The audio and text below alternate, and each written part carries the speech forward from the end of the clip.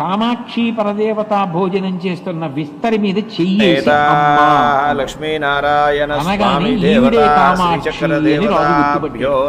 వెంటనే కామాక్షి అన్నం తినడం కాదు, ఆవిడ కామాక్షి గొప్పతనం వీర మహారాజు గారి భార్య. ఇంతమంది సువాసినులు ఇవాళ భోజనం చేస్తారు.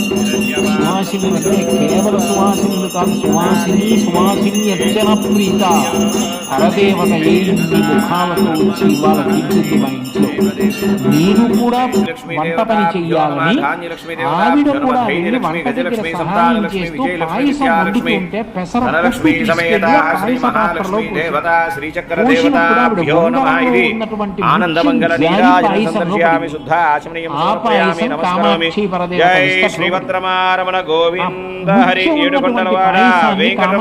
గోవింద.